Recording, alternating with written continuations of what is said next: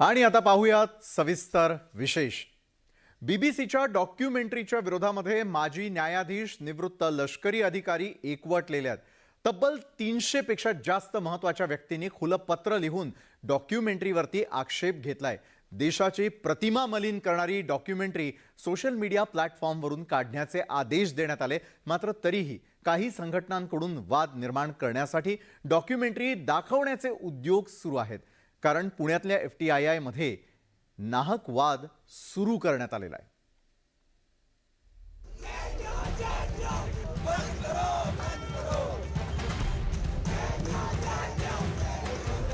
डॉक्युमेंटरीच्या माध्यमातून देशाची प्रतिमा आंतरराष्ट्रीय पातळीवर मलिन केली जात असल्यानं माजी न्यायाधीश, माजी सनदी अधिकारी यांनी खुलं पत्र लिहून बीबीसीच्या डॉक्युमेंटरीचा निषेध केलाय।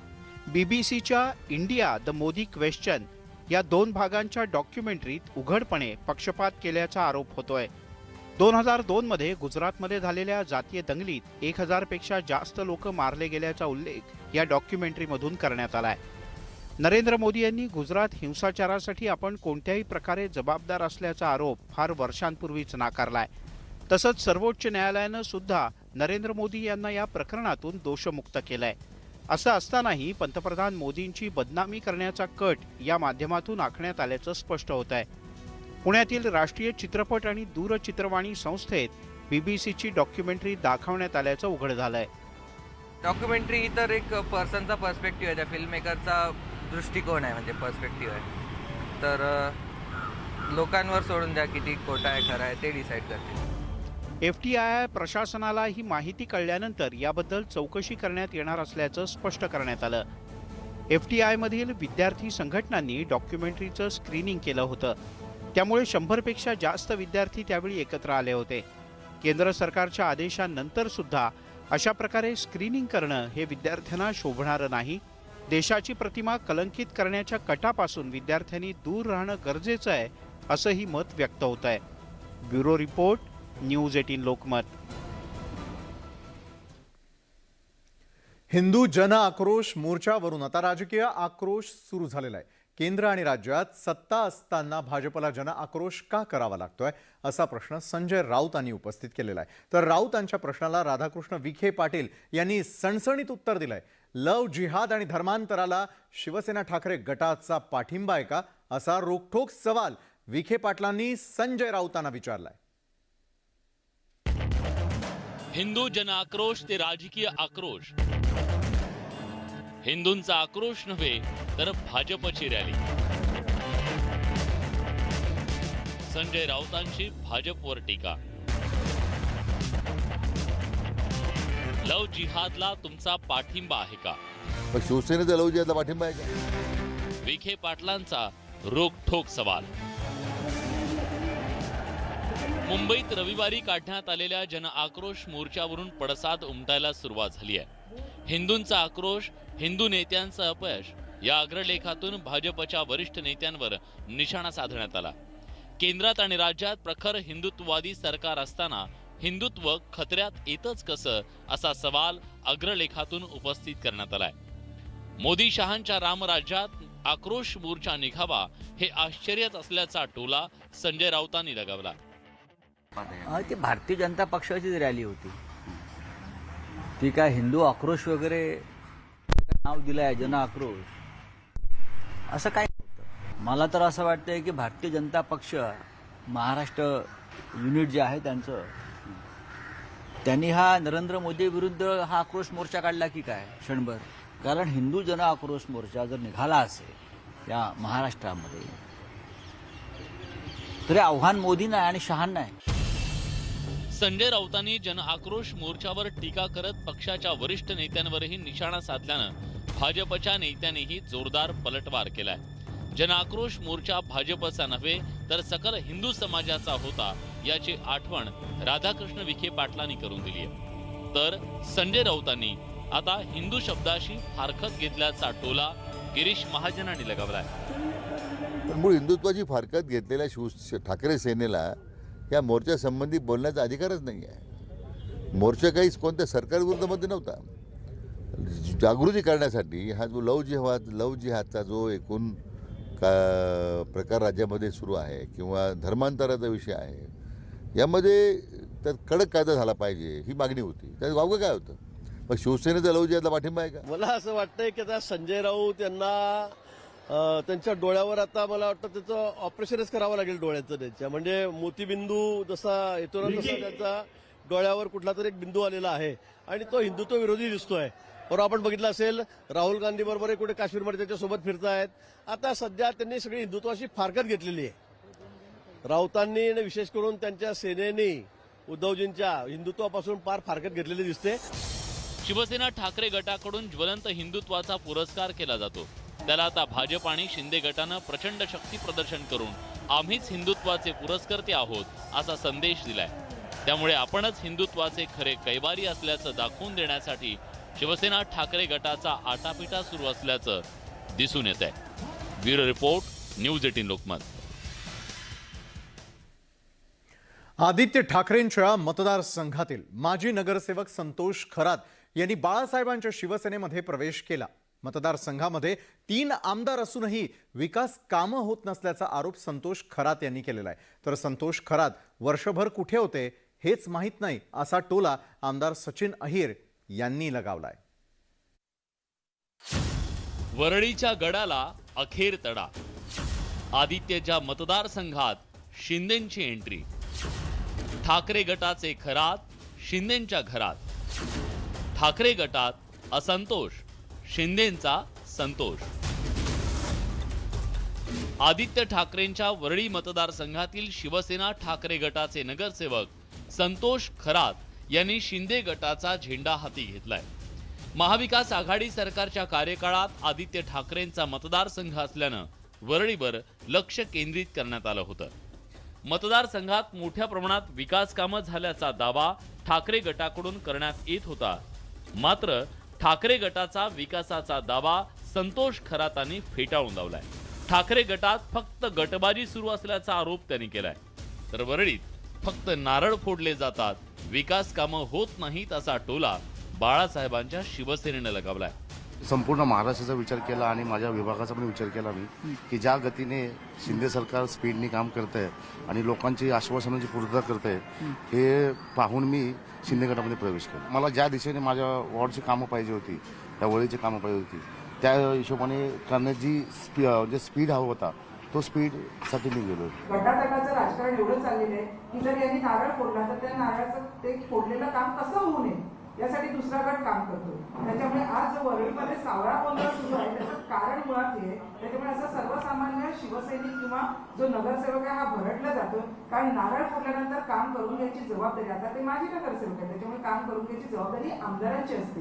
इथे आमदार जबाबदारी पार पाडत नाही म्हणून नगरसेवकांना आज भरडला जातोय. त्याच्यामुळे आज त्यांना हा निर्णय घ्यायला लागतो. शिवसेना ठाकरे गटाकडून पक्षांतर करणाऱ्या संतोष खरातांची खिल्ली उडवण्यात आली आहे.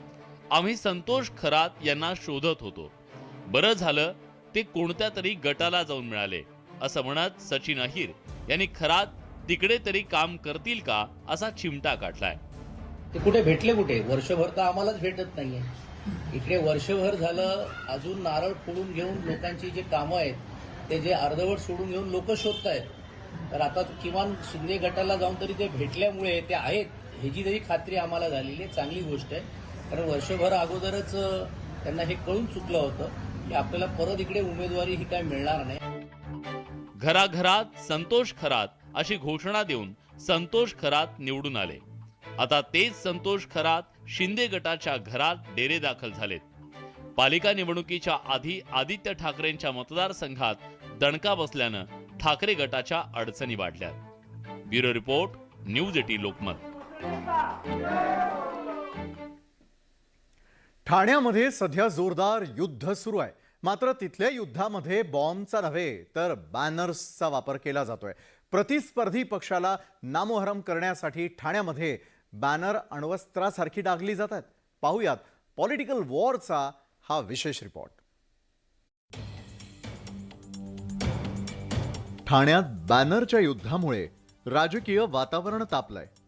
खोका बोका नगरसेवकांनो स्वतःला विकू नका, लबाड बोका ढोंग करतोय, हे 2 बॅनर सध्या चर्चेचा विषय झालेत. कुणाच्याही नावाचा थेट उल्लेख न करता नगरसेवकांच्या मुद्द्यावरून एकमेकांना टार्गेट केलं जात आहे। राष्ट्रवादीचे नगरसेवक बाळासाहेबांच्या शिवसेनेत प्रवेश करणार असल्याची चर्चा ठाण्यात रंगली आहे। त्यामुळे दर 2 दिवसांनी शहरात बॅनर झळकायला लागलेत।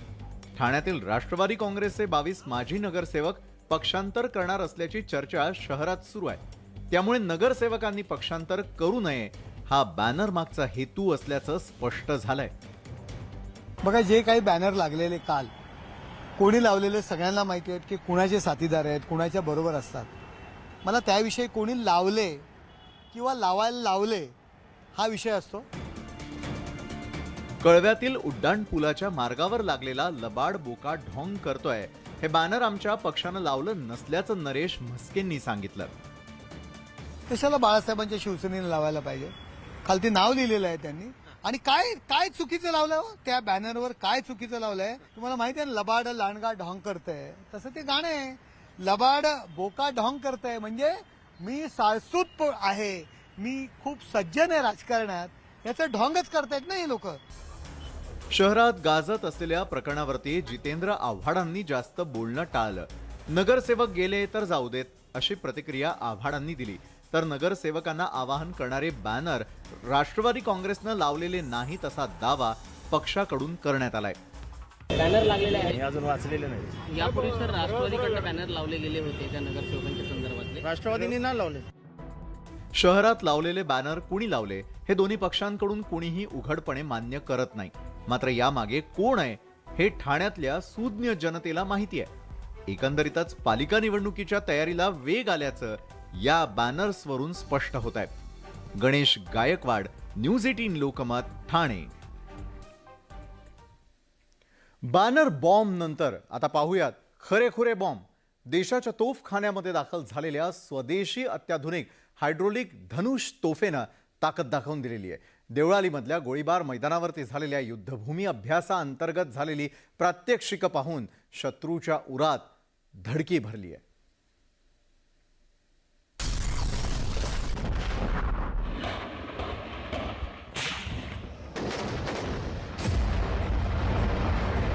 तोफेतून डागलेले बॉम्ब गोळे, एकाच वेळी 8 ते 10 तोफांमधून सुरू असलेला अखंड तोफखाना। बॉम्ब गोळे डागल्यानंतर रणभूमीवरील आग, धूळ आणि धुराचे लोट सर्वत्र पाहायला मिळाले, आणि त्याच वेळी आलेल्या हेलिकॉप्टरच्या आवाजानं रणभूमीतला थरार अजूनच वाढला।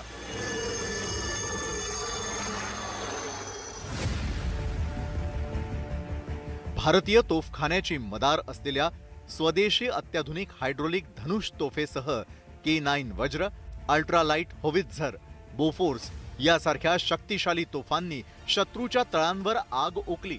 नाशिकच्या देवळाली गोळीबार मैदानावर तोफची युद्ध अभ्यासात तोफखान्यानं आपली अजस्त्र ताकद दाखवून दिली। आत्मनिर्भर भारत अंतर्गत स्वदेशी निर्मित वज्र, धनुष, होवित्झरनं अवघ्या काही सेकंदातच निश्चित केलेलं लक्ष्य अचूकपणे भेदून दाणादाण उडवून दिली। Advanced towed arty gun system, जिसको कि हम एटैक्स कहते हैं, वो अपने लास्ट स्टेज और ट्रायल्स पर है, और मुझे उम्मीद है कि ये गन सिस्टम हमारे आर्मी में इस साल के एंड तक आ जाएगा। वो लेटेस्ट गन सिस्टम है जो कि 52 किलोमीटर तक की मार कर सकता है। नए गन सिस्टम की बात करते हैं तो धनुष गन सिस्टम पिछले 4 महीने पहले ही हमारी रेजिमेंट्स में आया है, और इस साल के एंड तक कम से कम 5 रेजिमेंट हम उम्मीद करते हैं धनुष गन सिस्टम के भी हिंदुस्तान की आर्टिलरी में आ जाएंगे। कोणत्याही आव्हानांचा सामना करण्यासाठी भारतीय सेना आणि आर्टिलरी तोफची सक्षम असल्याचं या सरावानं दाखवून दिलं। उत्तम संवाद कौशल्य, चोख नियोजन आणि सूक्ष्म अभ्यासाच्या जोरावर हम किसी से कम नहीं हेच पुन्हा एकदा सिद्ध केलं। लक्ष्मण घाटोळ, न्यूज 18 लोकमत, नाशिक। राज्यामध्ये अनेक विद्यार्थी आणि पालकांचा इंग्रजी शाळेकडे ओढा असल्याचा आपण पाहतो। मात्र रशियातला एक विद्यार्थी झेडपीच्या शाळेमध्ये बाराखडी गिरवतोय। हे ऐकून तुम्हाला आश्चर्य वाटेल। अमृतातही पैजा जिंकणाऱ्या मराठी भाषेची गोडी यामुळे जगात पाहायला मिळते। साहेबाच्या झिलाला मराठीची गोडी. झेडपीच्या शाळेत गिरवतोय बाराखडी. रशियाच्या मिरॉनची झेडपीच्या शाळेत दंगामस्ती.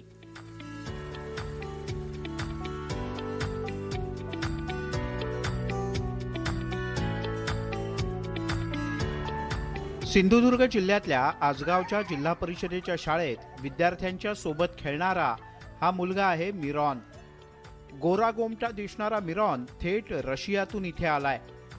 आई वडिलांच्या सोबत मिरॉन महाराष्ट्रात पर्यटनासाठी आला. आपल्या जिल्हा परिषदेच्या शाळेचं वातावरण पाहून त्याने मराठी शाळेत शिकण्याचा हट्टच धरला. गेल्या महिन्याभरापासून रशियन साहेबाचा हा झील झेडपीच्या शाळेत शिकतोय.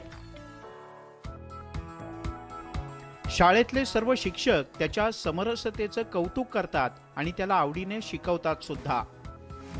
सुरुवातीला थोडा तो म्हणजे अवघडल्यासारखं झालं. आम्हालाही थोडं इंग्रजी भाषेचा प्रॉब्लेम येत होता, पण आमच्या जे मॅडम होत्या, वर्षा गवस मॅडम आणि इतर जे शिक्षक होते ते चांगल्या प्रकारे इंग्रजीतून संभाषण करायचे आणि वर्गात बसवल्यानंतर त्यांच्याशी इंग्रजीतूनच बोलायचे आणि मराठीचे सुद्धा त्याबरोबर शब्द वगैरे त्यांना शिकवायला लागले. तो मराठीतून शब्द बोलतो, शब्द वाचतो. मिरॉनची आई डायनाला सुद्धा झेडपीच्या शाळेतलं वातावरण आवडलंय. My husband came at end of September and I came end of November. The reason is we like to travel. We try to travel a lot. Finally, the borders are open, and in the Russia now it's very cold. It's minus 30 degrees, and in evenings is nice and warm. So that's why we're here.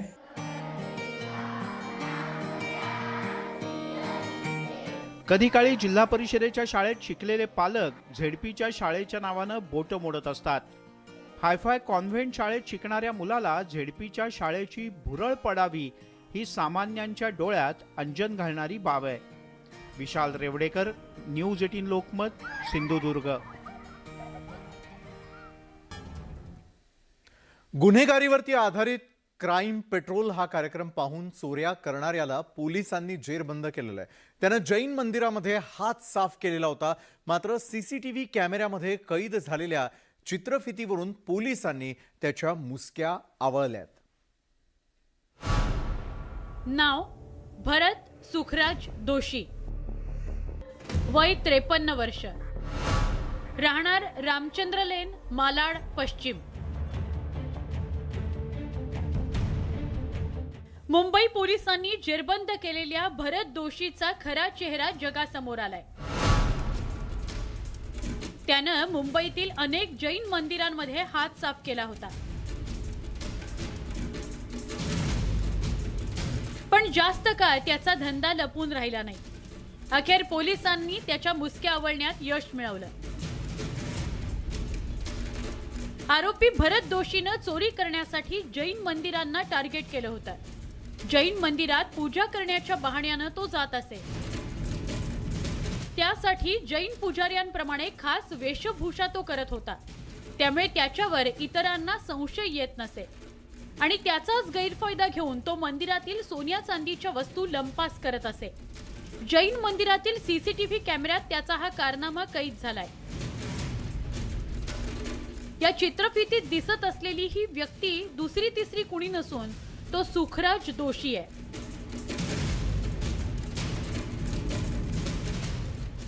हमारे staff ने, detection staff ने पूरी उसकी छानबीन चालू की तो कम से कम 100 से ज़्यादा CCTV camera footage check करके उन्होंने रामचंद्र लेन मलाड वेस्ट से एक आरोपी को अरेस्ट किया और उससे जो था चोरी की हुई थाली है उतना वो सोना रिकवर किया है. एका मंदिर पुजाऱ्यानं तक्रार केल्यावर पोलिसांनी तपास सुरू केला. पोलिसांनी जैन मंदिरालगतच्या सीसीटीव्ही कॅमेऱ्यांचं रेकॉर्डिंग तपासलं आणि त्यांना आरोपीचा माग लागला. आरोपी मंदिरापासून काही अंतरावर आपलं दुचाकी वाहन उभं करत होता असं पोलिसांनी सांगितलंय. आरोपी भरत दोशीनं चोरलेली सोन्याची ताटवाटी पोलिसांनी जप्त केली आहे.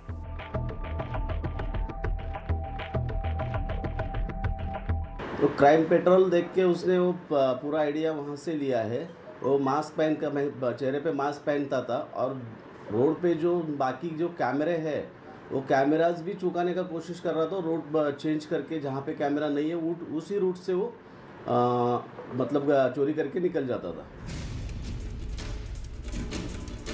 भरत सुखराज दोशीला जुगार खेळण्याचं व्यसन होतं, त्यासाठी त्यानं चोरी केल्याचं तपासात समोर आलंय। मंदिरातून चोरलेल्या सोने चांदीच्या वस्तूंची तो सराफाकडे विक्री करत असे।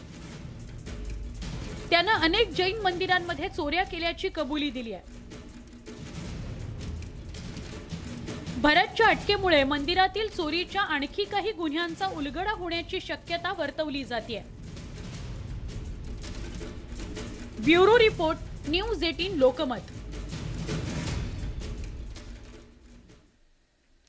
बागेश्वर धामच्या पंडित धीरेंद्र शास्त्रींनी संत तुकाराम महाराजांविषयी वादग्रस्त वक्तव्य केल्यामुळे वारकरी संप्रदायामध्ये संतापाची लाट उसळली आहे। धीरेंद्र शास्त्रींनी माफी मागावी अशी मागणी आता जोर धरू लागलेली आहे।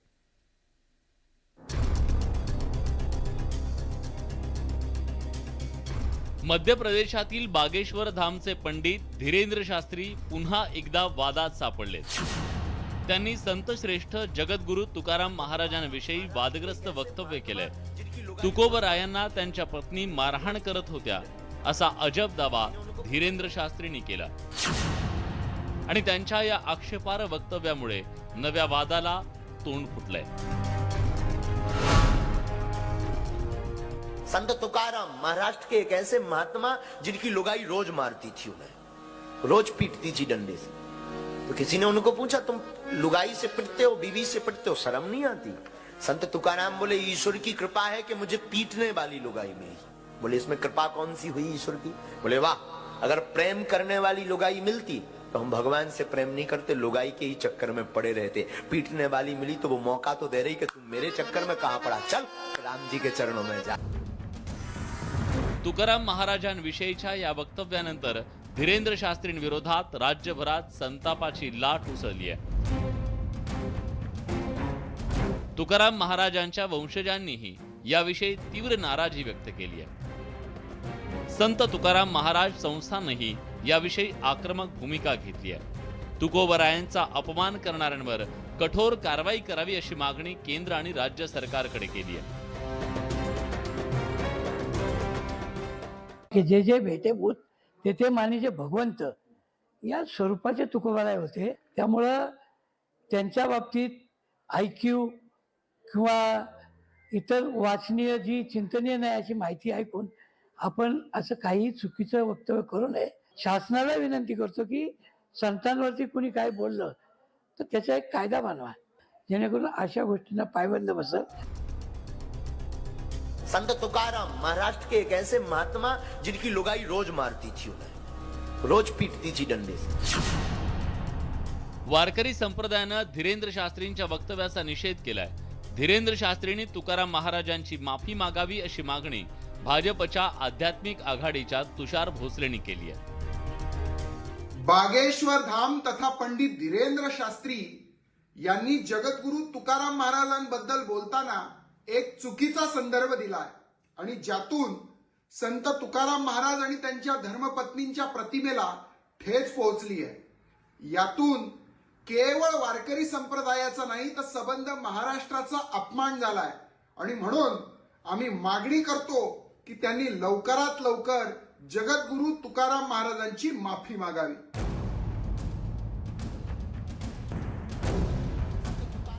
धीरेंद्र शास्त्रींच्या वादग्रस्त वक्तव्यावरून आता राजकारण सुरू झालंय। राष्ट्रवादी काँग्रेसच्या नेत्या सुप्रिया सुळे यांनीही धीरेंद्र शास्त्रींवर टीकास्त्र डागलंय। जे लोक असं बोलतात ते अर्थातच चुकीचंच आहे आणि मी अध्यात्माकडे वळलेली आहे, म्हणून मी अध्यात्म करते म्हणून काय घरात वाईट आहे म्हणून नाही, ते चांगले भारतीय संस्कार आहेत आणि ते प्रत्येकाच्या व्यक्तीवर मुलांवर आपण करण्याचा प्रयत्न हा प्रत्येक कुटुंब करतच असतं आणि तुकारामांवर जर अपमान होत असेल तर त्याचा जाहीर निषेध एक समाज म्हणून आपण सगळ्यांनी केला पाहिजे। दिव्य शक्तीच्या जोरावर आजार बरे करण्याचा दावा धीरेंद्र शास्त्रींकडून केला जातोय। दिव्य शक्ती सिद्ध करण्याचं आव्हान अंधश्रद्धा निर्मूलन समितीने केलं। नुकताच त्यावरून वाद रंगला। तो वाद शमतो ना शमतो तोच तुकाराम महाराजांविषयी केलेल्या वक्तव्यानं धीरेंद्र शास्त्रींनी नवा वाद ओढून घेतलाय।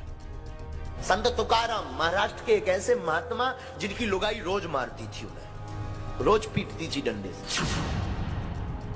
त्यामुळे अभ्यासोनी प्रकटावे अन्यथा झाकोनी असावे, प्रकटोनी नासावे हे बरे नव्हे असं म्हणण्याची वेळ आली। चंद्रकांत फुंदे, न्यूज 18 लोकमत, पुणे।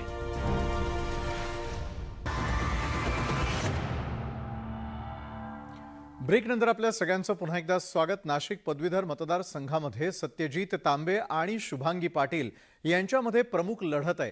बरं, ईव्हीएम मशीनमध्ये या दोघांचं भवितव्य आता कैद झालेलं आहे। राज्यातील इतर मतदारसंघांच्या तुलनेमध्ये या नाशिक पदवीधरमध्ये निवडणुकीदरम्यान बरंच राजकारण देखील रंगलं। नाशिक पदवीधर मतदारसंघाच्या निवडणुकीमुळे राज्यातील राजकीय वातावरण ढवळून निघालंय। या मतदारसंघात युवक काँग्रेसचे माजी अध्यक्ष सत्यजित तांबेंनी ऐनवेळी बंडखोरी केल्यानं काँग्रेसला मोठा धक्का बसलाय।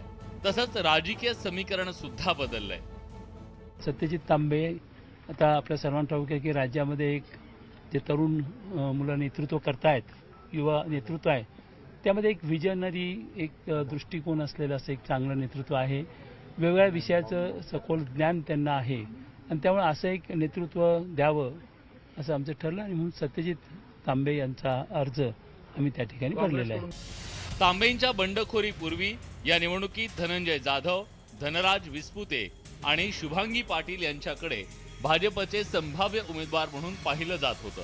मात्र तांबेंच्या बंडखोरीमुळे भाजपनं या तिन्ही उमेदवारांना कात्रजचा घाट दाखवला। दरम्यान शुभांगी पाटील यांनी मातोश्रीचा दरवाजा ठोठावत शिवसेनेच्या कोट्यातून महाविकास आघाडीची उमेदवारी मिळवली आणि तांबे विरुद्ध पाटील असा सामना झाला।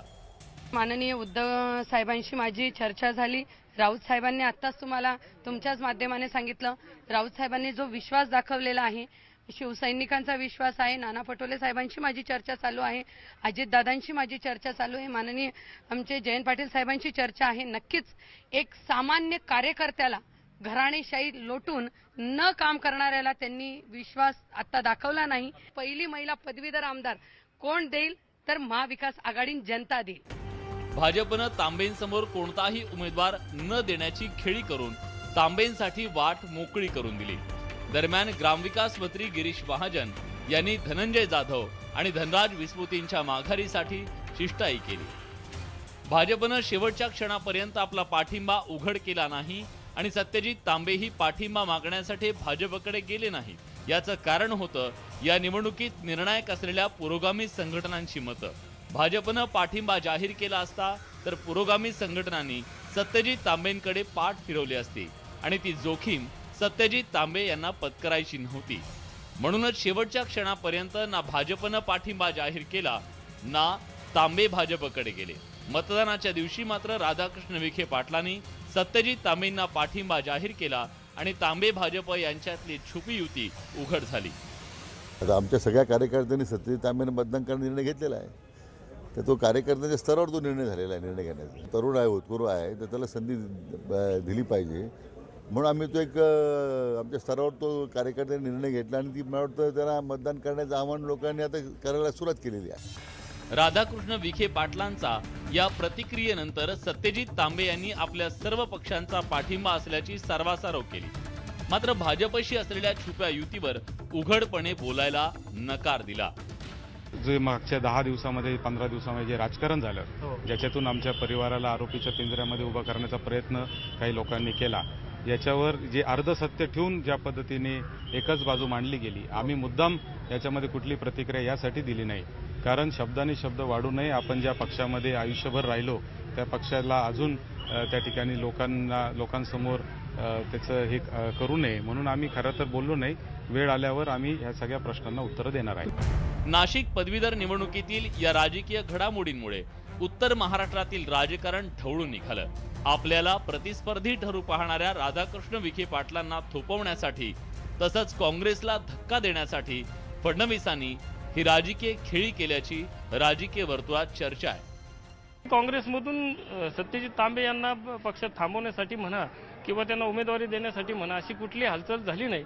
म्हणजे कुठेतरी काँग्रेसमधूनही अंतर्गत कलह होता की सत्यजित तांबे हाताने न निघता काट्याने काटा जर निघत असेल तर काय हरकत आहे, अशा पद्धतीने ती एक सुप्त जे काही विरोधक असतील काँग्रेसमधले तेही ॲक्टिवेट झालेले होते. आणि या माध्यमातून कुठंतरी शेवटच्या क्षणापर्यंत भाजप की काँग्रेस असा संभ्रम ठेवून अखेर सत्यजित तांबे यांना अपेक्षा ठेवण्यात फडणवीसांनीच बाजी मारली असं आपल्याला म्हणता येईल. तांबेंच्या बंडखोरीमुळे उपमुख्यमंत्री देवेंद्र फडणवीसांनी एकाच दगडात 2 पक्षी मारल्याचं बोललं जात आहे. मात्र त्यांची खेळी यशस्वी होते का हे निवडणुकीच्या निकालानंतर स्पष्ट होईल. व्हिडिओ जर्नलिस्ट हेमंत बागुलसह लक्ष्मण खाटोळ, न्यूज 18 लोकमत, नाशिक. तर या होत्या संपूर्ण दिवसभरामध्ये आतापर्यंत घडलेल्या अतिशय महत्त्वाच्या आणि विशेष घडामोडी ज्या आपण न्यूज 18 लोकमत विशेषच्या माध्यमातून पाहिल्या. तर आजच्या न्यूज 18 लोकमत विशेषमध्ये वेळ झाली इथंच थांबण्याची. ताज्या घडामोडींसाठी मात्र पाहायला विसरू नका न्यूज 18 लोकमत.